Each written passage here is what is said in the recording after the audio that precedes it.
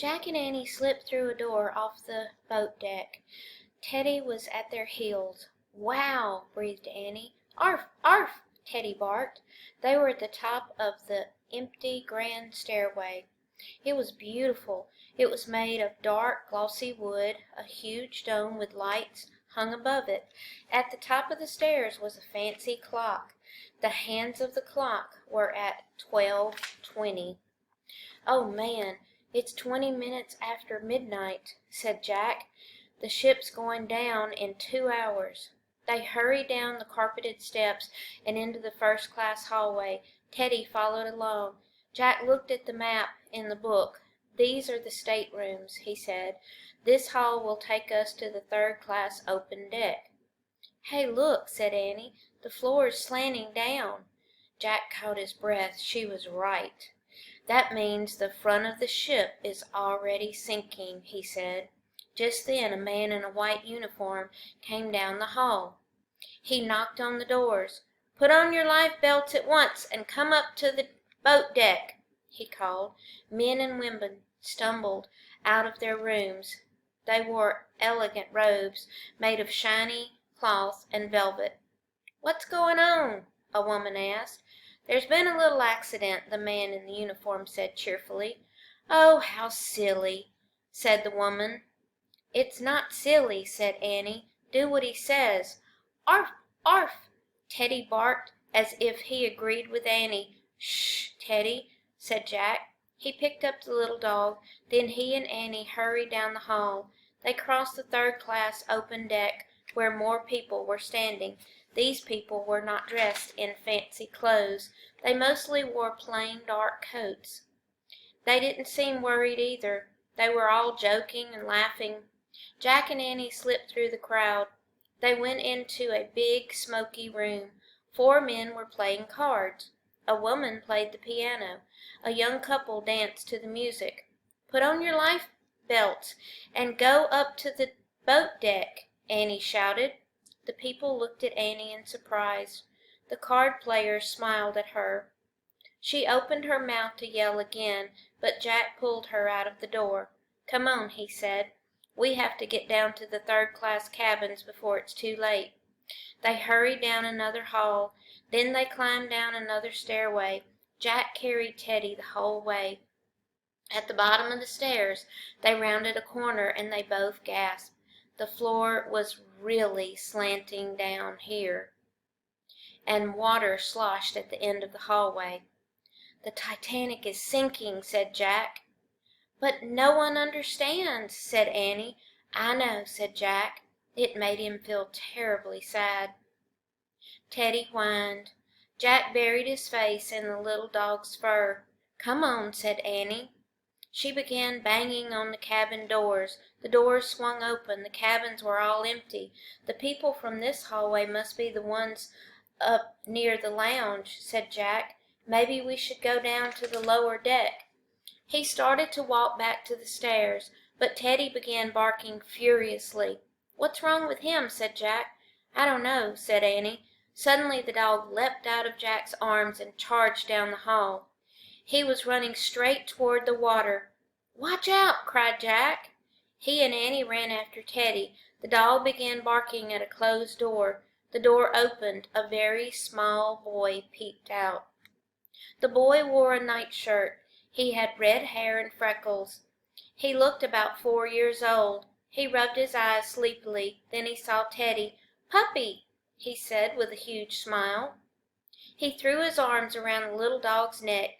Teddy licked his face. "Come back to bed, William," a voice called from inside the room. "Come out," Annie shouted. "It's an emergency." A moment later, the door opened wider. A girl in a long white nightgown peeked out. She had red hair and freckles, too. She was tall and thin. She looked to be about 12 or 13 years old. "Hello," she said. She put her arm around the little boy. "I'm Lucy O'Malley. This is my brother William." "I'm Annie," said Annie, "and this is my brother Jack." "Get your parents and tell them to come with us," said Jack. Lucy looked confused.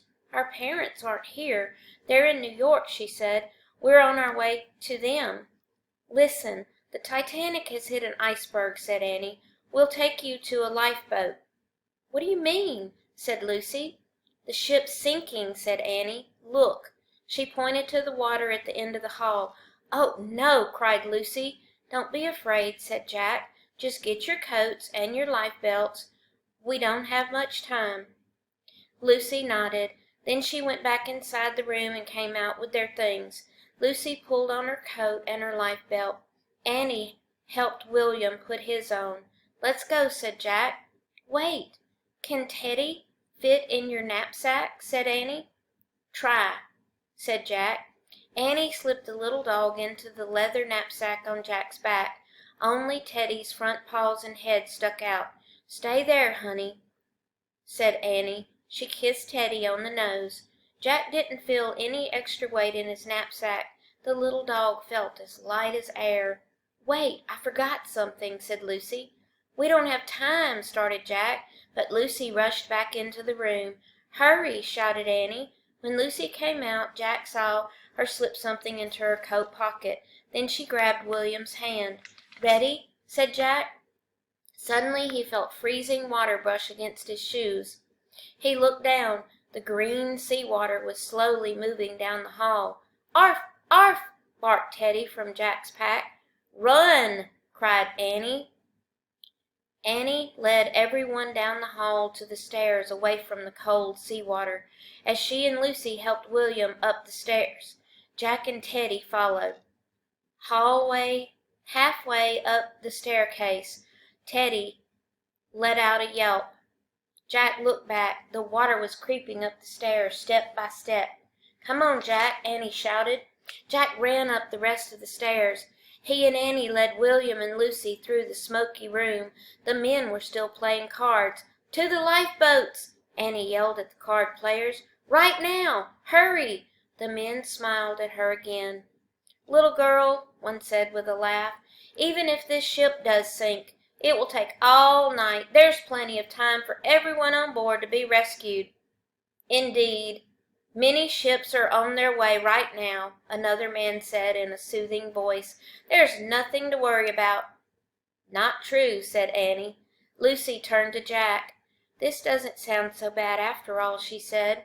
It is bad, please trust me, said Jack. We have to keep going. They went outside. The crowd on the third-class deck had grown. Many wore life belts, but no one here seemed very worried yet. Jack and Annie pulled Lucy and William along. They hurried through the crowd and down the first-class hall. They came to the inn and trooped up the grand staircase. On the top deck, the Titanic was as bright as a Christmas tree. A band played lively music.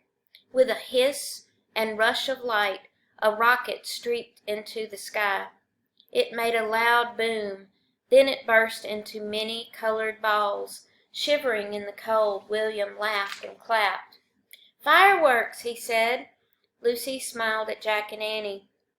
This is a trick, isn't it? She said. You brought us to a party. No, it isn't, said Jack. Don't you remember the water downstairs? Lucy's smile faded. Women and children first, someone shouted. That's you, said Annie. Come on. She pulled Lucy and William on toward a lifeboat. The lifeboat was waiting to go down. It looked tiny as it swung on cables at the side of the big ship. The water below looked black. Get in, get in, a uniformed man shouted. No, no, said William. He hid his face against Lucy's coat. Lucy was shaking her head. I'd rather stay here, she said to Jack and Annie. Jack understood. The brightly lit Titanic seemed so solid and safe compared to the little lifeboat. You can't stay here, said Annie. The Titanic is going to sink. Very soon, said Jack. Lucy kept shaking her head. Jack saw tears in her eyes. Lucy, we're telling the truth, said Jack. You and William are in great danger. You have to be brave now, said Annie, for your brother's sake. Lucy straightened up and tried to smile. All right, she said, I will. "This way," a man called. "Women and children, this way, you four." He pointed to them. "Get in," said Jack. He gently pushed Lucy and William forward. "Goodbye, Lucy," said Annie. "Goodbye, William." Lucy looked surprised. "You're not coming?" she asked. "No, we're going home another way," said Annie. "Oh, dear," said Lucy. "I hope you'll be safe." "We will. Don't worry," said Jack. "Wait," said Lucy. She reached into her coat pocket and pulled out a silver watch on a chain. "This is a gift for both of you," she said. "It's our father's watch. We carried it on the voyage for good luck. I have a feeling that the two of you were our good luck tonight." Jack looked at the watch as Lucy put it around Annie's neck. The time on the watch was 1:50. There were only 30 minutes left. "Hurry, hurry," he said. Jack and Annie watched as the big man picked Lucy up and swung her into the little boat. Then he picked William up and put him in Lucy's lap. "Bye," cried Annie. She stepped forward to blow a kiss. Just then the man picked Annie up. "No!" shouted Annie. "Into the lifeboat, my dear," the man said, and he tossed Annie into the lifeboat. "No, no!" cried Jack. Then the man reached for him too. Jack jumped away just in time. "Annie!" he yelled. "Get out!" Annie tried to climb out of the lifeboat. "Let me out!" she called. "Arf! Arf!" Teddy barked from over Jack's shoulder. The lifeboat jerked. It started creaking down toward the dark, cold sea. "Come back!" Jack called, but there was nothing he could do as Annie disappeared from sight.